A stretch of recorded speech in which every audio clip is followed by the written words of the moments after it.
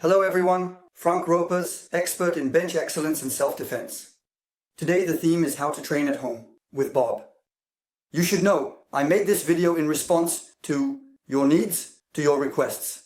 I receive a lot of emails, people tell me I don't have a club nearby, no one to train with, I'm alone. I'm responding a bit to their requests. The other category is the other audience. It's the people who go to gyms, who are lucky enough to have a gym and who want to have a training partner at home. So Bob is part of my daily routine. I've been working with him for 15 years. Solo training is very important. You can do it in the gym, after class, or before class, but also at home. And today, it's about how to work at home when you have a Bob. Bob alone without a method won't do anything. So let's be very clear. Bob is just one tool among many. It's in no way a final solution for training. You need a partner to work on self-defense. On the other hand, it's a fantastic tool. So, why is it fantastic? First of all, they won't take the hits, so that's interesting, and he takes the hits. Find a partner who will agree to take 250 hits in less than an hour. Next, we're going to look at the advantages and disadvantages of Bob. So the advantage is that it exactly mimics the human form. Well, it's very muscular, but you can find the targets, the vital points that we will be working on. So that's a great advantage compared to a bag, which is really rough. Well, it has some rough pads. Then, the same advantage is that it absorbs hits well. The third advantage is that when you hit, you don't get hurt, because it's hard enough to feel a position, something hard, but soft enough not to damage your upper limbs. The disadvantages, there are two main ones. The first is that they don't hit back, there are no upper limbs. And the second is that you can't work on the lower part, the part below the pelvic girdle. So what I suggest, if he's a bit of a handyman, is to arrange Bob and put some foam around the support, hard foam, very hard, so that we can work on crushing kicks and low kicks. So, before we get into the method, because there really is a method that I've developed, the first thing is to weigh it down with water and not sand, because you'll have a lot of trouble getting it out afterward. Next, always work to the left and to the right. Don't make the mistake of only working on one side. You won't choose in a real context. And very, very importantly, this is going to be everything we do in this method, because this is a method. It's when you hit, do it with intention, meaning the emotional side and the physical side, absolutely, because you're going to act, you're going to make movements, but the emotional side is crucial. Really get into it, as if you had a partner or an attacker, especially if you're working more in the field of self-defense. So, now we're going to work on the striking limbs, which are the upper limbs for now. First strike here, like this. We're going for the eyes. Second strike, it's about throwing the fingers at the level of the eyes. Third easy step, always from low to high, so that it can't be seen, it doesn't go in the line of sight. The throat, actually it's very simple. You last like this, you hit hard. So, we can work with a hand sword like this, but we can also work with the inner edge. Always along the body, so that it's not in the line of sight, so he doesn't see it. If you do that, he will see it. Always from low to high. Here. Next, you have strikes with the part. Charlie used what we call the hammer fist. We can work on the plexus or target the liver. So, always here, like this. Next, you have the elbows. So good rotation of the pelvis, of the hip. You always turn with the thumb down. You touch with the bony part. We turn. The same thing here. We go up. Here, it's the hip that works to reach for the tip of the chin. And finally, the last strike is here, the very short hook. Here, we strike at the level of the chin. What's important is the rotation of the strikes. Above all, no big movements. So, there we saw the ball strikes. There are many others. There are also strikes aimed at the ears. But what I'm giving you are the basic strikes. Later, I could actually offer you a much longer video. It would be a complete method. Here, it's just the basics. Now that you've seen the striking limbs, your weapons, you're going to see the points they make contact with, the vital points, the sensitive points. So when we talk about self-defense, the vital points are much more limited. These are the ones that are accessible in real situations and under stress. It feels like an explanatory video. And here, on the other hand, I'm going to show you a variety of vital points, since we're not just focusing on self-defense. So, the first one is the eyes. You've seen the strikes are very different. We target the eyes. Why? Because it's the temples. Once you can't see anymore, you can't fight. Next, it's the throat. The throat is the beginning of the respiratory system. So we will suffocate and there will be a stop to the fight. Next, the chin. Everyone knows it, it's the boxer's chaos. Next, we're going to target the liver, the tip of the liver, the solar plexus, and possibly the genitals. So now I'm going to give you some tips. It's like a little gift. 1. Work at the beginning by putting red dots or marking the vital points. This will help you identify them. It's not that easy to find the tip of the liver.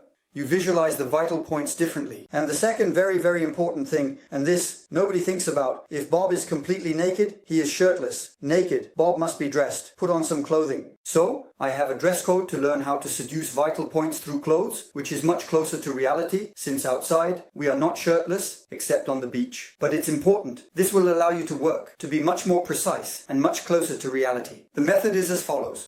We start first with precision. You actually get used to precisely hitting the sensitive points. So what you do is very simple. I attack the eyes. Did I attack the eyes well? Am I being precise? The throat, particle, state, which is why it's important to target them well. I strike below the throat. So what you do is repeat the isolated movements several times. And you repeat them. You hit all the vital points with the strikes you want, which I showed you earlier. Secondly, we're going to work on speed.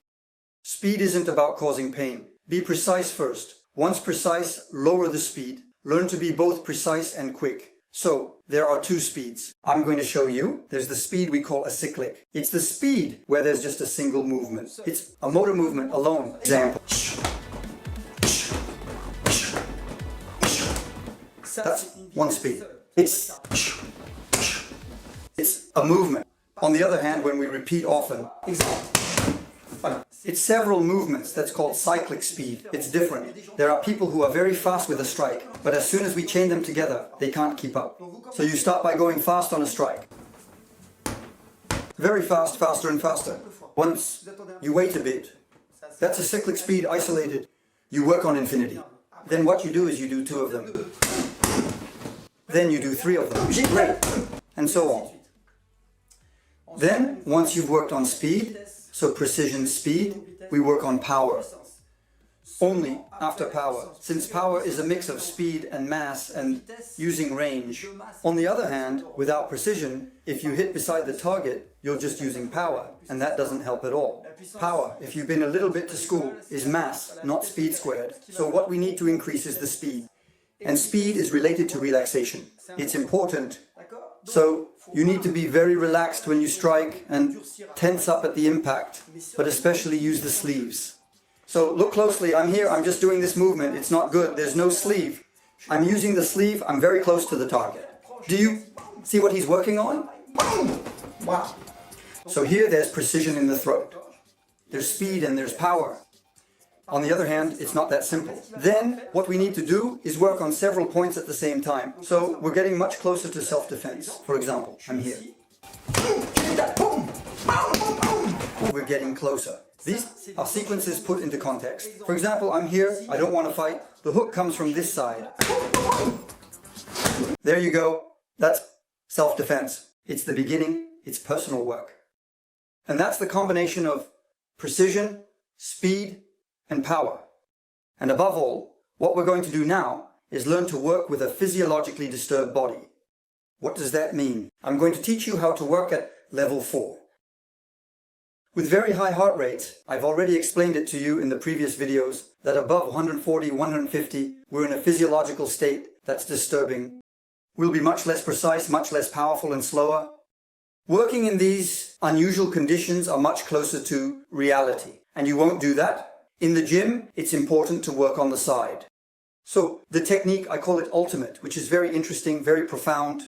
Actually, we're going to do a series of burpees, and right after, I'm going to hit. So at the beginning, you do 4 or 5 burpees, depending on your physical condition. Those in the back doing 30 burpees. The ideal is to reach a state of extreme fatigue, okay? So similarly, see a doctor before. Don't do anything, those who aren't in a club. But importantly, are you going to look for fatigue? Ultimate. As soon as you finish, right away. You're going to have a good fatigue. Well, to wrap up, I hope you enjoyed it. The personal goal, modestly of course, is that you help to progress, you provide tools. That's the advantage of tutorials. And it's also to show you that you can train in a not very spacious place. We have a lot of space, we can store it on the side, we can roll it up. It's within everyone's reach. On the other hand, what I can really add is that you shouldn't make it a unique tool. It's one of the tools to work with. So I hope this video met your needs and brought you some joy. Feel free to share, like, comment, and download the defense guide that's in the description. I'll see you soon. I hope you enjoyed this video, and I've decided to take it a step further. I've decided to train you, and I've developed a method that helps you train mentally, physically, and emotionally to manage your fear, because it's something that's very, very important. All you have to do is click on the link below the video, and you'll have direct access to my training. Now it's your turn to take action. All right, see you soon.